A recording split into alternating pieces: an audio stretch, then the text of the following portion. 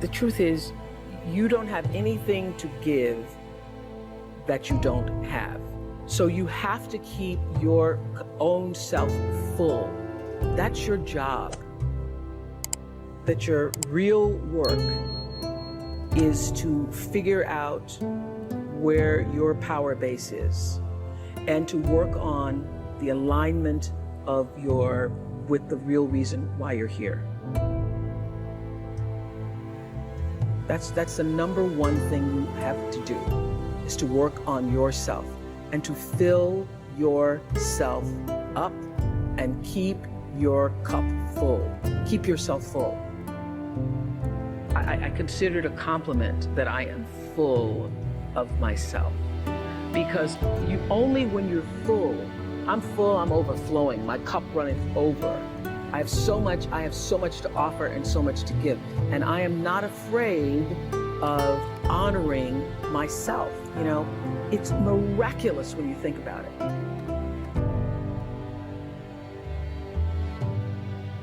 The ability to take care of that, to honor yourself and that which is greater than yourself, that which was the reason for your being here.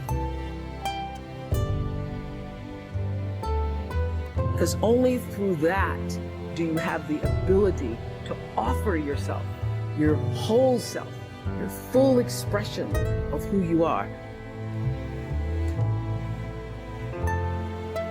You can't control whether your husband or wife will live or die or get sick or leave you or get a divorce. I don't want any of that to happen to any human being. I hate suffering. I do anything I can to help people not suffer. But I can't control that. You can. There are people who have lost their arms, lost their sight. There have been people that have been through the most horrific experiences in life, and they found a way to still be happy because they've made the decision that life is too short to suffer. I've interviewed dozens and hundreds over the years, but dozens that have impacted my soul, that made me realize I can change this. I've just gotten used to it. I bought into the theory that this survival software that's constantly running and making you suffer, that's normal. No, that's what the mind will do. And mind has been around forever. What I'm going to do is something different. And the way I get out of suffering, I give myself a 90-second rule. It's really simple. I say, look, if I feel myself starting to feel that stress, feeling that pissed offness or upsetness or concern or worry about my kid, whatever, I realize that's not going to make it better. Life's too short to suffer. And then I just kind of breathe slowly, slow everything down. And I just watch the thought go by and go, look at that crazy thought. Because everybody's had crazy thoughts. Everybody's had the thought, I'm going to kill that son of a bitch, right? And then you don't kill them because you don't believe that thought. It's the thoughts that are stressful that you believe that mess you up. When you question them, you break the pattern. As Ernest Hemingway noted, the world breaks everyone. And afterward, many are stronger in the broken places. But my question is, why isn't everyone?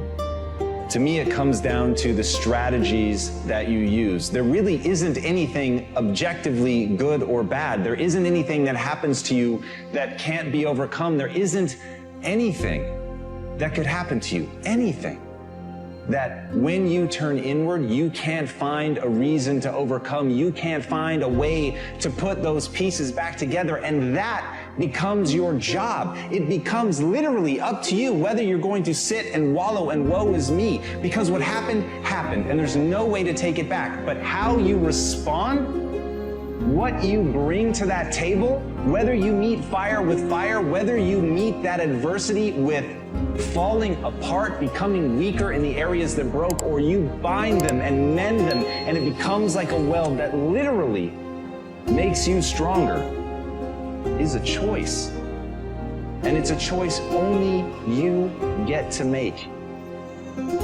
But as Stephen Hawking said, when you complain, nobody wants to help you. There are many things in your life that you have every reason to complain about. You have every reason to be upset by the things that have happened to you. The most sinister thing about excuses is they're valid. There's a million reasons why you should be able to give up. There's a million reasons why you shouldn't need to try. That thing that broke you, you should be allowed to just sit on the ground. And here's the thing, that's your right. You have every reason to do it. And maybe people won't even think less of you. But here's the truth. You either become weaker or stronger in the places that broke, and that's a choice of how you react moving forward. The great news is, the best thing that you could do to become stronger is love yourself. And as Kamal Ravikant said, loving yourself is a practice. People think that it's something that's going to feel right, that it's going to feel natural, that you're just going to turn inward and there it is, the spark of love and joy for yourself, inside yourself. But the truth is, that's just not the human experience. That's not the way that it works. There's going to be a voice inside your head and it's going to blame you.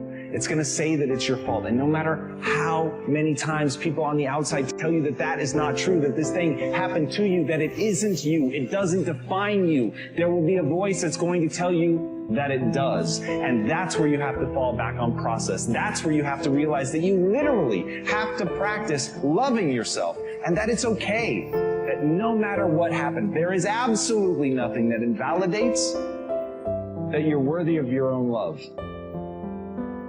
But you've got to practice it.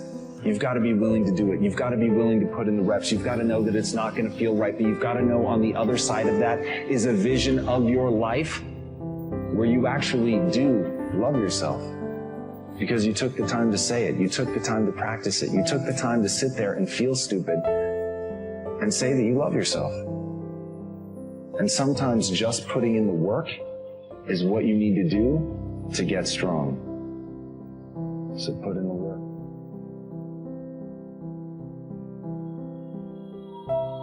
Most people live the way they think other people think they should live. At the very best, that's going to be a bad trip. This is your life. Make it a phenomenal experience.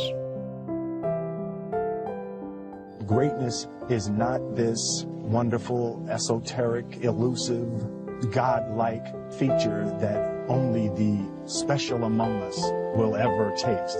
You know, it's something that truly exists in all of us.